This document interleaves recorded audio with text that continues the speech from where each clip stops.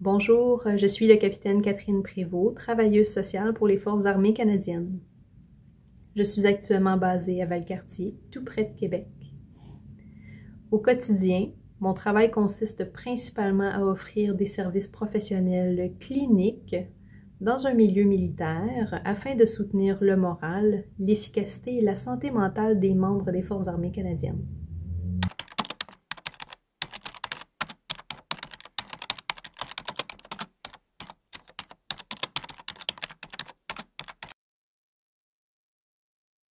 Comme le reste de la société, les militaires canadiens n'ont pas été épargnés par la pandémie ni par la crise socio-sanitaire du printemps 2020.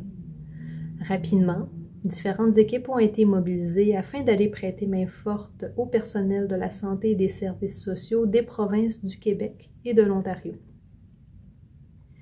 Les militaires canadiens sont reconnus dans le monde pour leur polyvalence. Ils ont cette force et cette habileté d'être capables de réagir rapidement et efficacement face aux situations stressantes et à la menace, quelle qu'elle soit. Dans ce contexte-ci, la particularité de la menace était qu'elle soit invisible, bien sûr avant qu'on constate qu'une personne ait été contaminée. On a pu voir les impacts concrets chez les gens qui ont été contaminés, ce qui a renforcé l'importance de la préparation et de l'application d'une rigueur de travail afin d'éviter d'être contaminé à notre tour. Pour favoriser les chances de succès, les militaires ont donc tous reçu des formations spécialisées visant à les préparer aux tâches qu'ils auraient à assumer pendant leur déploiement en CHSLD. En ce qui me concerne, j'ai enseigné aux militaires déployés une formation sur la préparation mentale spécifique à la mission en CHSLD. Cette formation a été créée par le directeur en santé mentale qui est situé à Ottawa. Dans le cas de la crise socio-sanitaire, la formation a porté spécifiquement sur ce à quoi ils risquaient d'être confrontés quotidiennement. Il faut se rappeler que les militaires qui ont été déployés n'avaient, pour la grande majorité d'entre eux, aucune expérience en soins. En effet, une grande quantité provenait des métiers de combat, alors que les autres œuvrent déjà dans les services de santé des Forces armées canadiennes. Cependant, ceux-ci soignent des personnes adultes, majoritairement en bonne santé et en bonne forme physique. Ils n'avaient, pour la plupart, pas encore été appelés à travailler avec des personnes vieillissantes et pour qui, l'état cognitif se détériore.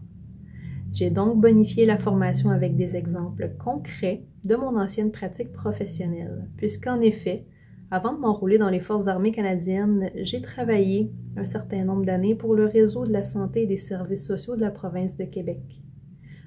Plus précisément, j'ai travaillé en CLSC où j'ai eu l'occasion d'occuper un poste au soutien à domicile auprès d'une clientèle vulnérable en perte d'autonomie physique ou cognitive.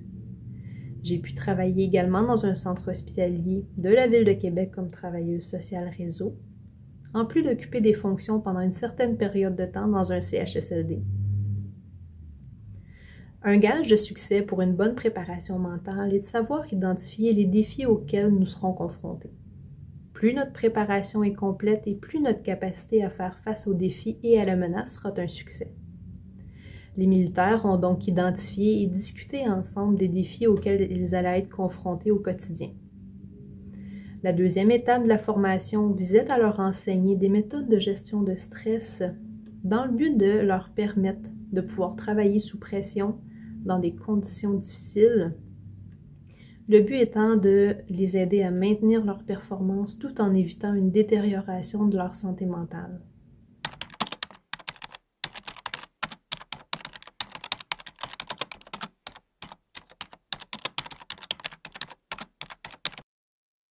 Ma pratique est essentiellement axée auprès de la clientèle militaire. Au cours des derniers mois, j'ai prodigué des conseils et des soins aux militaires vivant des défis d'adaptation à un contexte et à un rythme de vie changeant constamment au gré de l'évolution de la crise socio-sanitaire. Je suis d'avis que mes collègues et moi occupant une place importante dans l'organisation, puisqu'en plus des tâches, des exercices et des déploiements réguliers qui leur sont demandés, la crise socio-sanitaire s'est avérée être un stresseur supplémentaire qui s'est ajouté à leur quotidien.